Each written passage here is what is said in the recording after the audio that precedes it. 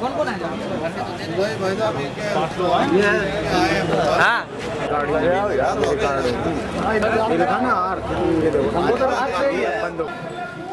श्री अशोक शर्मा शासन प्रांताध्यक्ष राजस्थान की वे कृपया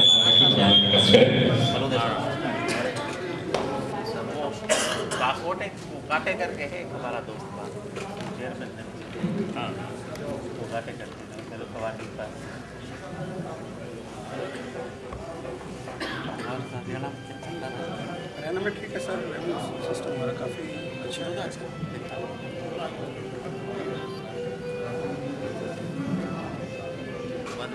ठीक करने की कोशिश करूँ। I have tried my level best. मनोबल बढ़ाने वाले सर नहीं किया नहीं पिछले 5 साल काम यहाँ सर आपके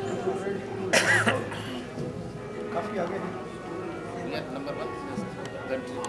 We were the first initiative. And I have initiated the program as collector for the 1980.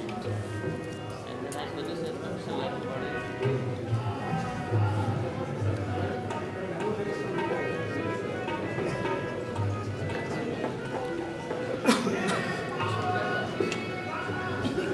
हमारा से ये जो रीड्स होती हैं ये ऑनलाइन कर दिया है।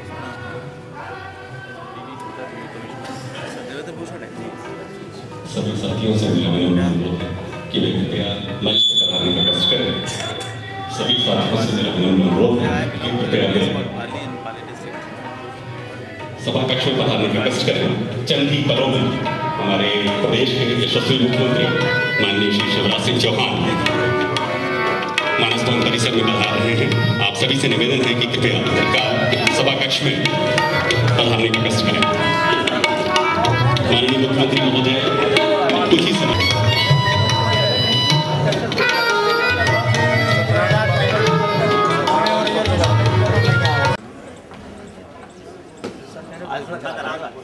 मुख्यमंत्री घोषणा होगी तो फिर इनको हम सबको रगड़ के रख देंगे किताब मुख्यमंत्री को क्या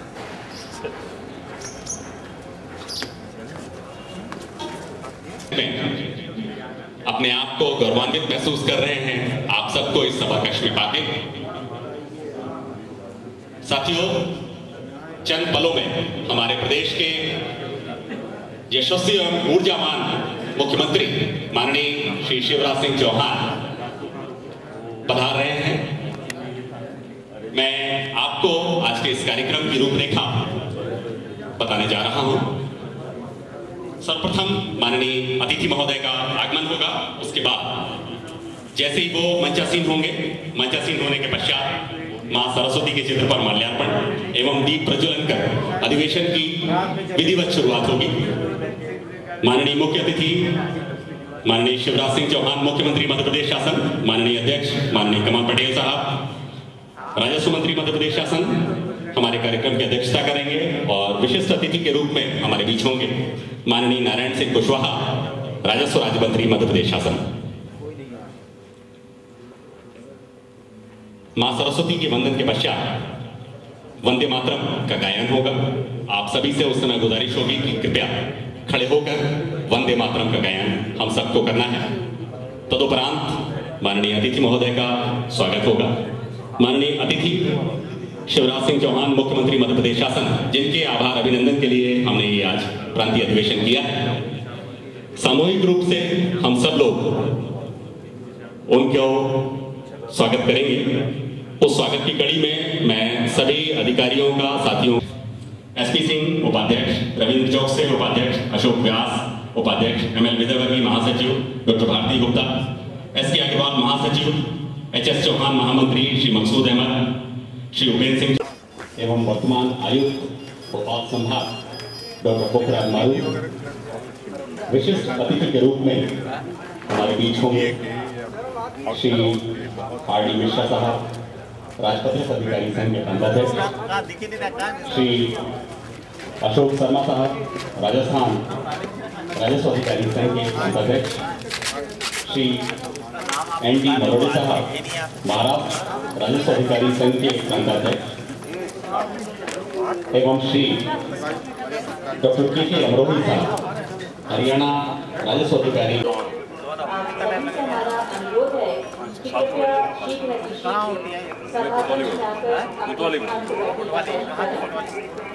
बीच में से बुधवार के आगे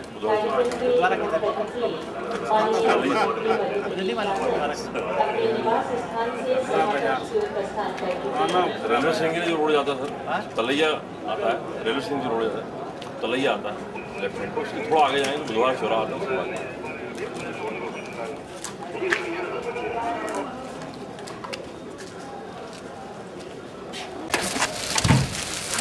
हमारे अध्यक्ष स्वागत, वंदन, अभिनंदन आपसे राजपत्रित अधिकारी संघ के प्रांताध्यक्ष महोदय से कि वे आए और मंचासीन हो। मैं निवेदन करूंगा माननीय आयुक्त भोपाल संभाग डॉक्टर पोखराज मारू साहब से कि वे अध्यक्ष की आसन ग्रहण करें। माननीय डॉक्टर पोखराज मारू साहब। निवेदन माननीय श्री उमर फारूक कटानी साहब का कि वे आए और मंच को सुशोभित करें। माननीय उमर फारूक कटानी साहब, मध्य प्रदेश राज्य प्रशासनिक सेवा संघ के प्रांताध्यक्ष। निवेदन माननीय श्री अशोक शर्मा साहब, प्रांताध्यक्ष राजस्थान राजस्व अधिकारी संघ का कि वे आए और मंच सुशोभित करें। माननीय श्री अशोक शर्मा साहब। निवेदन डॉक्टर के अमरोही साहब को, प्रांताध्यक्ष हरियाणा राजस्व अधिकारी संघ, वे आए और मंच को सुशोभित करें। माननीय डॉक्टर के अमरोही साहब। निवेदन श्री एन.टी. मरोड़े साहब, प्रांताध्यक्ष महाराष्ट्र विदर्भ राजस्व अधिकारी संघ, श्री एन.टी. मरोड़े साहब। स्वागत, वंदन, अभिनंदन आप सभी मुख्य अतिथि, अध्यक्ष एवं विशिष्ट अतिथिगणों का। यह है उस सफर की शुरुआत दोस्तों, जागे जिसके लिए कई रात दोस्तों। मैं निवेदन करूंगा मंच संचालक से कि वे कार्यक्रम माननीय मुख्य अतिथि महोदय की अनुमति से शुरू करें।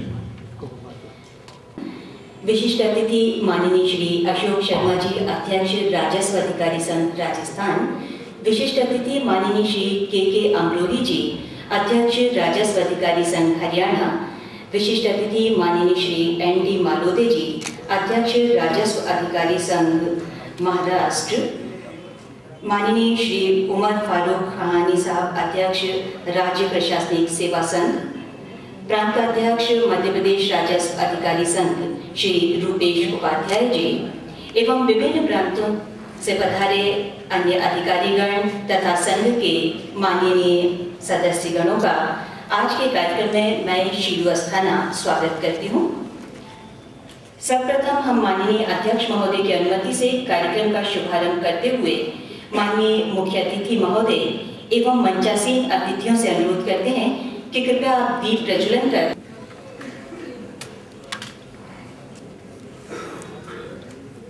राजस्व अधिकारी टोडरमल की उस परंपरा के उत्तराधिकारी हैं जिसके लिए अकबर जैसे बादशाह ने कहा था, सबसे पहले लोग अकबर को भूल जाएंगे, उसके बाद बीरबल को भूल जाएंगे, लेकिन तब भी टोडरमल को याद रखेंगे। निश्चय ही इसका कारण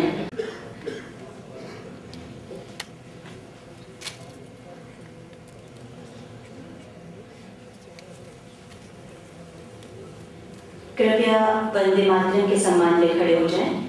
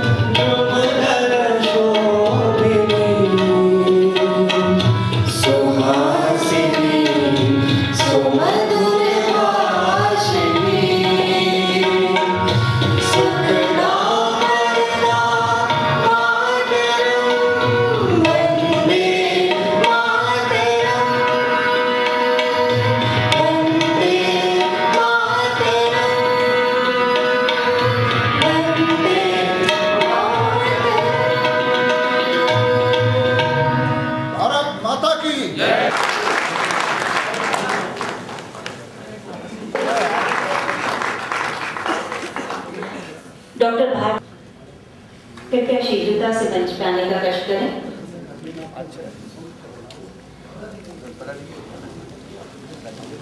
इसके पश्चात माननीय अध्यक्ष महोदय का स्वागत करने के लिए मैं संघ की कार्यकारिणी के सदस्य श्री विश्वनाथ चौधरी, श्री अश्विनी रावत, श्री शिवलाल शास्त्री, श्री रामनिवास सिकरवाल, श्री मदन सिंह रघुवंशी, श्री लक्ष्मीकांत शरीफ, श्री अशोक कैथवास एवं संभागीय प्रतिनिधि श्री के गौड़ चंबल, श्री वरुण अवस्थी भोपाल, श्री भूपेंद्र कुशवाहा ग्वालियर, श्री अरुण सिंह सागर, श्री राजेश श्रीवास्तव इंदौर, श्री क्षितिश शर्मा एवं श्री अर्जुन सिंह राही उज्जैन तथा श्री संतोष चंदे जबलपुर, श्री PS त्रिपाठी रीवा एवं श्री SK पांडे होशंगाबाद को आमंत्रित करती हूँ।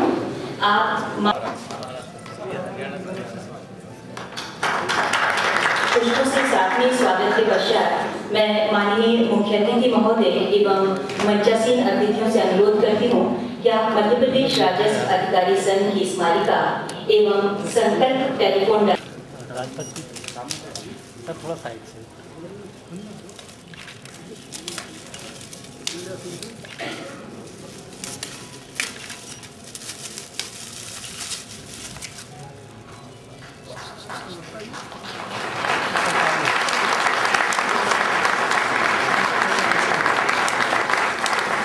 इसके पश्चात मैं स्वागत भाषण एवं संघ की गतिविधियों के प्रस्तुतिकरण के लिए प्रांत अध्यक्ष मध्य प्रदेश राजस्व अधिकारी संघ श्री रूपेश उपाध्याय जी को आमंत्रित करती हूँ।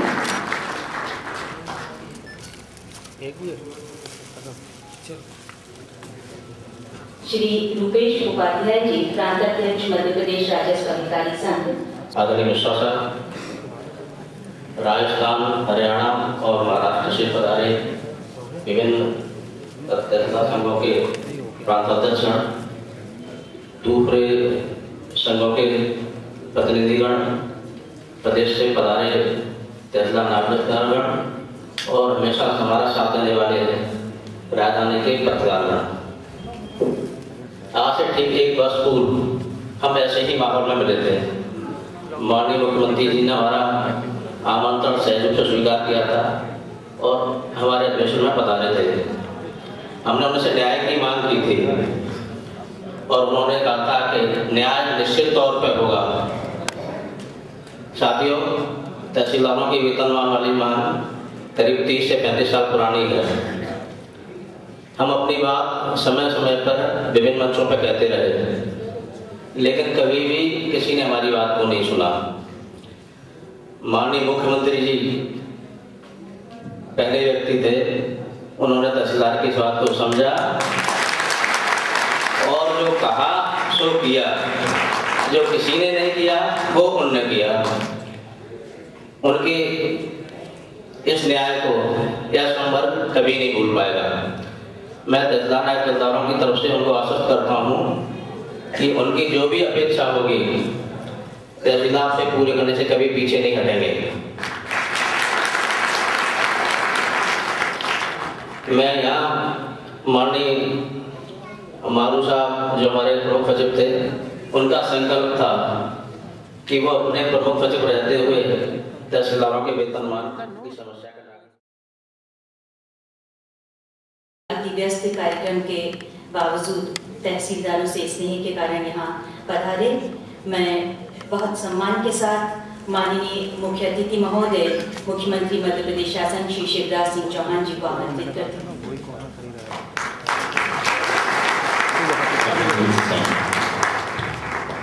कार्यक्रम के अध्यक्ष भोपाल संभाग के कमिश्नर श्री पुखराज मारू जी,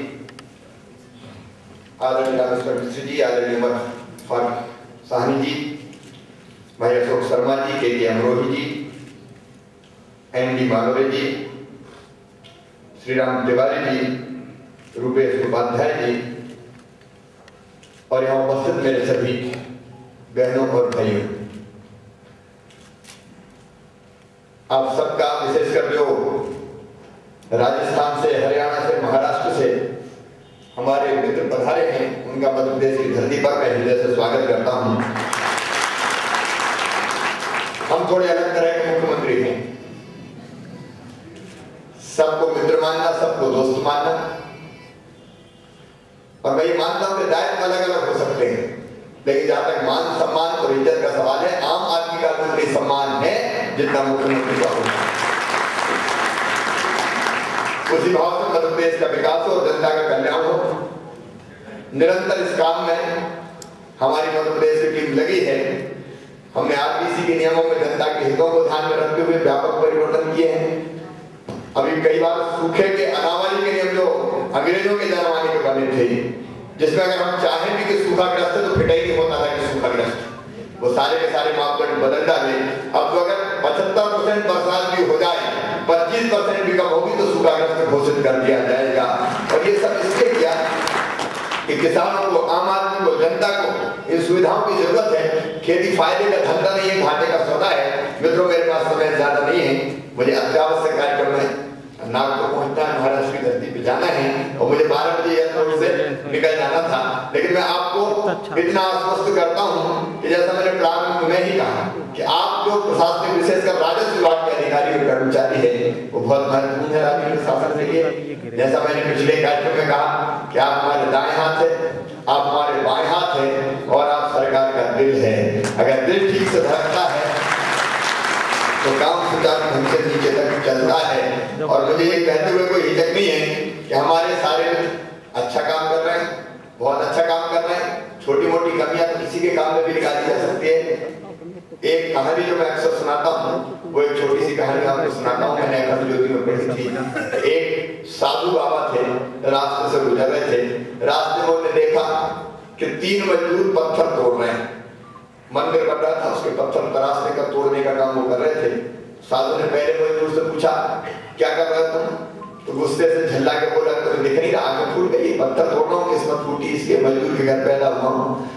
दूसरे से पूछा, तुम क्या कर रहे हो? कह रहे साहब, दुनिया में आए हैं तो रोजी रोटी कमाने के लिए कुछ ना कुछ करना पड़ेगा, इसलिए मजदूरी कर रहा हूँ। तीसरे से पूछा, वो अपेक्षाकृत शांत था और प्रसन्नता से उसका चेहरा धमक रहा था। उससे पूछा कि तुम क्या कर रहे हो? तो उसने कहा कि साहब, देख नहीं रहे सामने भगवान का मंदिर बन रहा है और भगवान के मंदिर में जो पत्थर लगने हैं, उन पत्थर को तराशने का, तोड़ने का सौभाग्य मेरे हाथों को मिला है, इसलिए मैं वो काम कर रहा हूँ। काम एक और दृष्टि 3। एक रोते झीकते अब नौकरी कर रहे हैं तो यार करनी पड़ेगा पेट भरने के लिए। दूसरा ये है कि ठीक है काम मिला करेंगे। और तीसरा ये है कि हम उन महत्वपूर्ण लोगों में से हैं जिनके ऊपर जनता के कल्याण का दायित्व है, जिम्मेदारी है। तो पूरी आनंद और पूरी प्रसन्नता के साथ उस काम को अगर हम संपादित करेंगे तो हमारे मन का जो आनंद है वो काम करते समय कई गुना ज्यादा बढ़ जाएगा। बहुत अपेक्षाएं हम सब लोगों की, वो अपेक्षा आप पूरी करने का काम करें। और जैसा आप जानते हैं कि जो आपकी अपेक्षा होती है, क्योंकि मैं तो पूरे जो प्रशासन तंत्र है और आम आदमी है उसको भी समान और बराबर मानता हूँ। मैं तो कहता रहा हूँ कि मध्य प्रदेश मेरा मंदिर है, उसमें रहने वाली जनता मेरी भगवान है और जनता का पुजारी शिवराज सिंह चौहान है। इसी भाव से निरंतर प्रदेश का विकास और जनता के कल्याण के लिए हम लोग काम कर रहे हैं। और भगवान में आप भी शामिल हैं, क्योंकि आपका भी अगर प्रतिनिधि और मुखिया हूँ तो मैं हूँ, शिवराज सिंह चौहान हूँ। और जब मैं हूँ तो चिंता करने की जरूरत नहीं है, मैं हूँ। बीच में जो चीजें आई अपन ने करने का प्रयास किया है। अभी आप जानते हैं कि उपचुनाव पीछा नहीं छोड़ रहे हैं।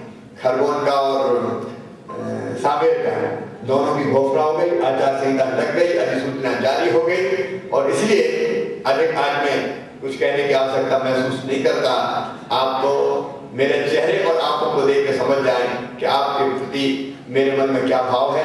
आज बहुत व्यस्तता थी, लेकिन फिर भी आपके प्रति आदर प्रकट कर लें, क्योंकि मैं आपको अत्यंत महत्वपूर्ण मानता हूँ। और राजस्व विभाग के चाहे वो छोटा कर्मचारी हो या बड़ा अधिकारी हो, कई बार मैं कहता हूँ कि जो वर्क्स डिपार्टमेंट होते हैं वहां तो कई चीजें पता नहीं चलती, लेकिन अगर राजस्व विभाग का अधिकारी कर्मचारी कोई छोटी सी भी गलती कर ले, वो कत्ल भी करते हैं तो चर्चा नहीं होती, हम आह भी भरते हैं तो हो जाते हैं। वरना आपके दर्द को मैं जानता हूँ, समझता हूँ और इसलिए मैं आपके साथ खड़ा हूँ। सरकार आपके साथ खड़ी है। आप बेहतर काम करें और आपकी बेहतरी की व्यवस्था सरकार करती रहेगी। आप सबका मैं एक बार मध्य प्रदेश की राजधानी भोपाल में स्वागत करता हूँ। और मुझे बहुत शीघ्रता के साथ जाना है, काफी विलंब हुआ है, इसलिए जाने की इजाजत चाहता हूँ। फिर कभी मिलेंगे तब खूब चर्चा करेंगे। बहुत बहुत धन्यवाद। सामने रेडी है ये फोटो है ना। नजरें जो बदली नजारे बदल गए, कश्ती ने रुख मोड़ा तो किनारे बदल गए। धन्यवाद माननीय मुख्यमंत्री जी, एक नया दृष्टिकोण, एक नया उत्साह और विकास प्रदान करने के लिए राजस्व अधिकारियों को। माननीय श्री पुखराज मारू जी, आयुक्त भोपाल संभाग को स्मृति चिन्ह प्रदान करने के लिए माननीय अध्यक्ष महोदय हमारे साथ हैं। आप जिनके करीब होते हैं वे बड़े खुश नसीब। प्रांताध्यक्ष महोदय का उनके लिए हमारे सारे साथियों की तरफ से 2 शब्द। आमदो रफ्त में तकलीफ तो हुई होगी लेकिन आमदो रफ्त में तकलीफ तो हुई होगी लेकिन आपके आगाज वे आज हैं। उनका आशीष सदैव हमारे ऊपर रहा है और रहेगा। मैं जब से चला हूँ मेरी मंजिल पे नजर है, मैं जब से चला हूँ मेरी मंजिल पे नजर है। आंखों ने मेरी मील का पत्थर नहीं देखा, आंखों ने मेरी मील का पत्थर नहीं देखा। साथियों, दीप मालाओं के झिलमिलाते पर्व पर एक दीप हमारी शुभकामनाओं का आप सबको समर्पित। मध्य प्रदेश के तहसीलदार नायब तहसीलदारों का प्रांतीय संगठन मध्य प्रदेश राजस्व अधिकारी कनिष्ठ प्रशासनिक सेवा संघ आज से लगभग 37 वर्ष पूर्व 1970 में अस्तित्व में आया, जब इसका पंजीयन 1644/70 आधिकारिक रूप से हुआ। तब से लेकर आज तक इस संघ ने अपनी अस्मिता की रक्षा के लिए एक लंबा संघर्ष किया। तब से क्षेत्र में हमारे साथियों द्वारा समाज, राज्य व राष्ट्र की सेवा में अपने आप को पूर्णतः न्यौछावर करते हुए अपना अभूतपूर्व योगदान दिया। चाहे वो शांति क्षेत्र हो अथवा क्रांति क्षेत्र, चाहे बात निर्वाचन की हो, जनगणना की, पशुगणना की या कृषि संगणना की, या अवसर हो व्यवस्था बनाने का, या बात हो प्रोटोकॉल या वीआईपी ड्यूटी की, बात हो त्योहारों की, होली, दिवाली, ईद, मुहर्रम, सभी अवसरों पर राजस्व अधिकारी अपने कर्तव्यों का निर्वहन पूर्ण मनोयोग से करते रहे हैं, करते रहेंगे। किसी भी विभाग का कोई भी दुरूह कार्य क्यों ना हो, बिना राजस्व अधिकारियों के सहयोग के वो संभव नहीं। यह वाक्य अतिशयोक्तिपूर्ण नहीं। शासकीय सेवकों में सबसे अनुशासित अधिकारियों की श्रेणी का नाम है राजस्व अधिकारी। महोदय, मैं यहाँ मध्य प्रदेश तहसीलदार नायब तहसीलदार द्वारा किए गए 1-1.5 वर्षों के कार्यों के रूप में प्रकाश डालना चाहता हूँ। यद्यपि कार्य तो अनंत है, पर प्रत्येक को सूचीबद्ध नहीं किया जा सकता, किंतु कुछ कार्य ऐसे हैं जो हमारी और आपकी नजरों में हैं, उनका उल्लेख मैं यहाँ करना चाहूँगा। सभी जानते हैं कि प्रदेश में पंचायती व्यवस्था लागू होने के पश्चात अन्य विभागों के साथ साथ राजस्व विभाग के नामांतरण बंटवारे भी पंचायतों को गए थे, और क्योंकि पंचायतें उतनी परफेक्ट नहीं थी, अतः पंचायतों द्वारा किए गए कार्यों में प्रामाणिकता और वैधानिकता का अभाव था, जिसके कारण प्रदेश में बड़ी संख्या में नामांतरण बंटवारे लंबित रह गए। और भाजपा सरकार बनने के बाद हमारे ऊर्जावान मुख्यमंत्री और ऊर्जावान राजस्व मंत्री द्वारा को ये तथ्य सामने आए।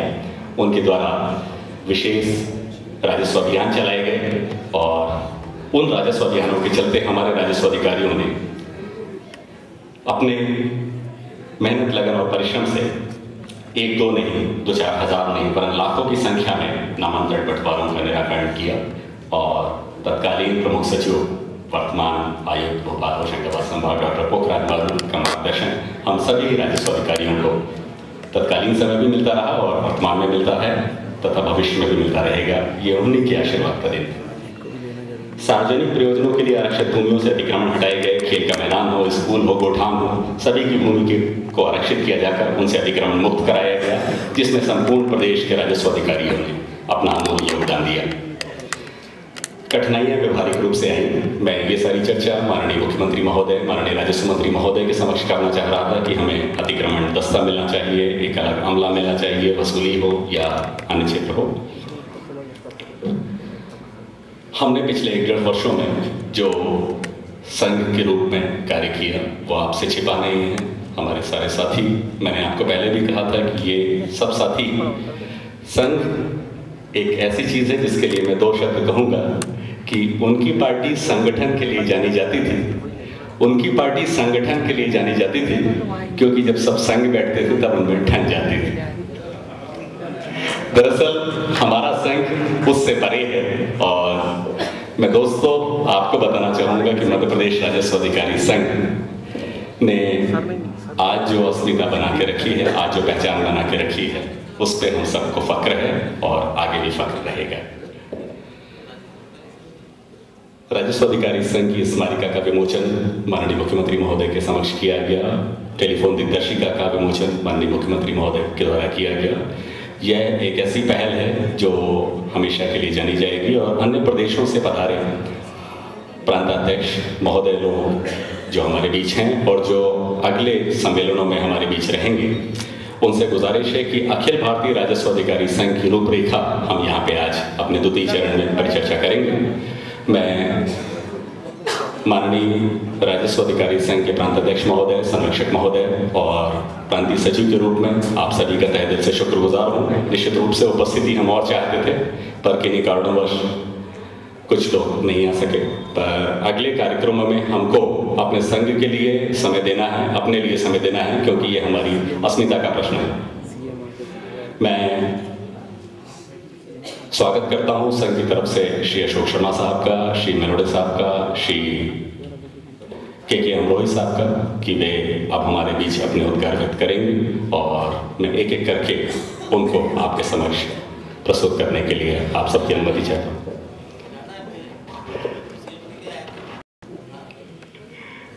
मैं सबसे पहले अध्यक्षीय आसंदी पर विराजमान राजस्व प्रशासन के मुखिया परम आदरणीय डॉक्टर पोखराज मारू साहब के निर्देशानुसार हम चाहते थे कि उनको सबसे आखिरी में बुलवाएंगे, क्योंकि उनके आशीष वचन वो हमारे बीच लंबे समय तक रहें, किंतु सर के निर्देशानुसार मैं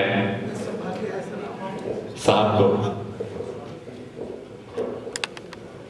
परम आदरणीय डॉक्टर पोखराज मारू साहब से 1 मिनट का समय और लेंगे हम लोग, और साहब के स्वागत के लिए हम 1 मिनट साहब से और लेंगे। परम आदरणीय डॉक्टर पोखराज मारू साहब। इस सभागृह में आज के इस प्रांतीय अधिवेशन के अवसर पर उपस्थित आदरणीय अन्य प्रदेशों से आए हुए सम्मानित बंधुओं और मित्रों और प्रेस के मेरे दोस्तों, सबसे पहले मैं आपको जो है इस वार्षिक सम्मेलन के आयोजन के लिए बधाई देता हूँ। ये सम्मेलन के जो उद्देश्य होते हैं वो 2 प्रकार के होते हैं। एक अपनी समस्याओं की बात करना, दूसरा काम में सुधार की बात करना, कैसे हम लोग कर सकते हैं। मुख्यमंत्री जी को आपने सुना,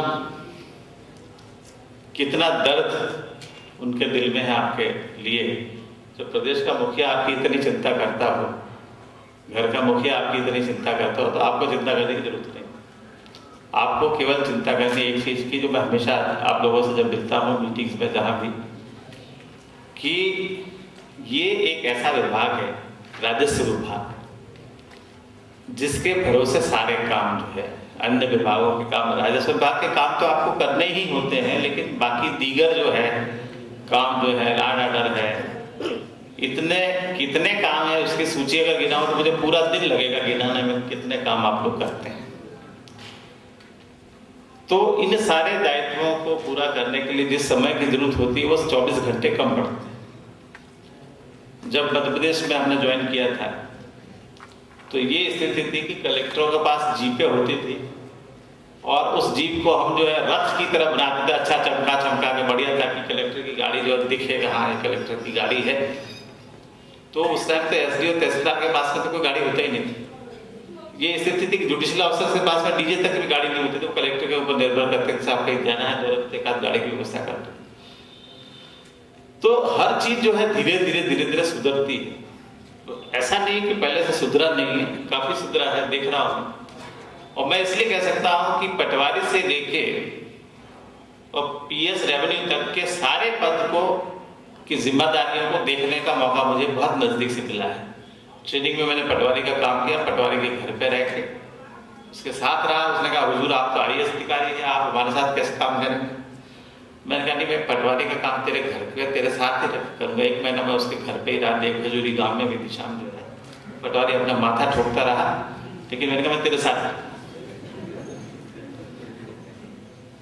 दूसरा, यहाँ आने के पहले मैं राजस्थान में रहा हूँ। राजस्थान में भी as state Rajasthan administrative officer मैंने काम किया 76 से लेकर और 89 तक जो है। तो वहां भी जो है वो पुराने जमाने के तहसीलदार, यहाँ पे आपके तहसीलदार तो अच्छे कपड़े पहन के घूमते, हमारे राजस्थान के तहसीलदार उस टाइम जो धोती कुर्ता कमीज और सापा, और वहाँ जो है हुकुम कहने की बहुत प्रथा है। मतलब ये सर अपने जैसे बोलते हैं मध्य प्रदेश में, वैसे वहाँ पे हुकुम, आपने किसी को गाली भी दिया बोले जो हुकुम, मतलब कोई बात ही नहीं, मतलब कोई प्रतिशोध नहीं, कोई प्रत्युत्तर नहीं, कुछ नहीं, जो हुकुम।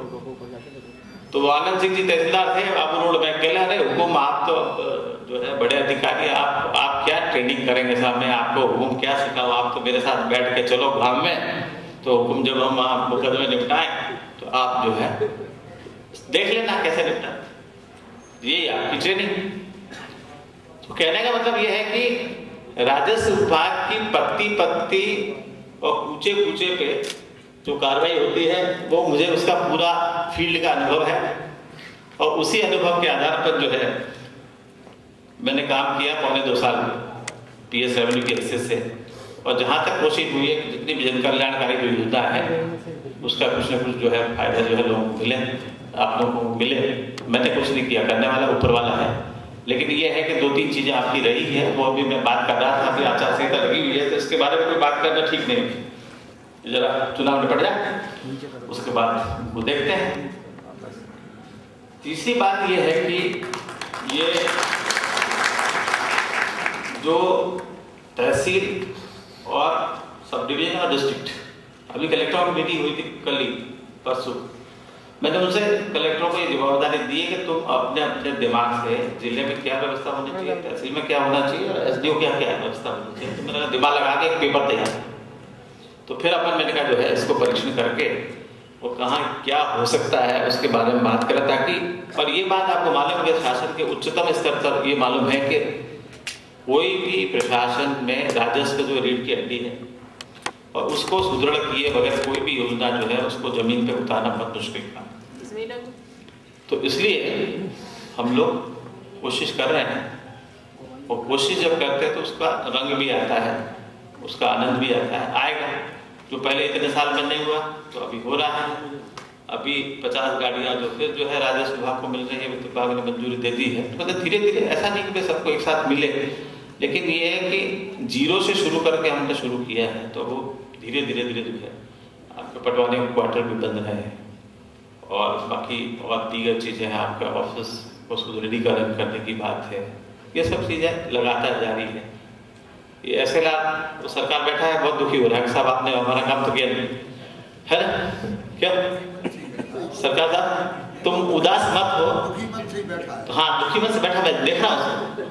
तो सरकार साहब आपको दुखी होने की इसलिए जरूरत नहीं कि तुम्हारे पैसे मैंने प्रशासकीय अनुमोदन करा दिया, अब आगे चलेगी उसके बीच। और दूसरा तुमको मालूम नहीं है, इस मध्य प्रदेश के इतिहास में SLAS के लिए पहली बार 84 लाख रुपए का बजट का प्रोविजन जो है वो SLAS को वाहन खरीदने के लिए रखा हुआ है। तो आपको बहुत ज्यादा उदास होने की जरूरत है। तो ऐसा है, नजर का फेर होता है कि आप किस नजर से किसको देखते हैं। मैं एक छोटी सी कहानी बता के आपको खत्म करता हूँ कि मैं किसी के घर गया, ठीक है, सरकार के घर पे गए। अब सरकार साहब ने बगैर मांगे आपको एक गिलास पानी ऑफर कर दिया, ठीक है। तो ये है कि मन में एक दया का भाव है, इंसानियत का भाव है, आपको पानी पिला दिया बगैर मांगे। दूसरी घटना वो होती है कि जब आप किसी घर जाते हो, आपने पानी मांगा और मिल गया, वो इंसानियत की कैटेगरी होती है। और तीसरी कैटेगरी होती है आदमी की, शैतान की। उसमें है कि आपने कोई चीज मांगी, पानी मांगा है ना, प्यास लगी आपको, तो टालम टोल हो रही, धीरे धीरे मिल रहा है, तो वो दान वो जो है शैतानियत जो है। तो ये जो है ट्रांजैक्शनल एनालिसिस होता है, एक मैनेजमेंट, उसमें हर आदमी के चरित्र के 3 पहलू होते हैं, बच्चा होता है, वयस्क होता है, बुढ़ा होता है।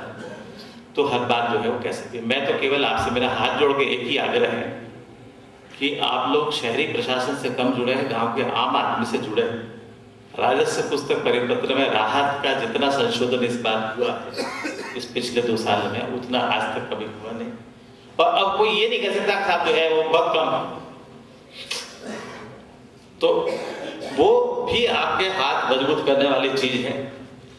दूसरा, मुझे बहुत दुख होता है इस कहते हुए कि 40,000 रुपये आपको देते हैं हर साल जो है खर्च करने के लिए, और कई बार वो पैसा सरेंडर होता है। अरे प्यारे बंधुओं, जब आपको 40,000 रुपये साल के दिए हैं तो उसको खर्च करो।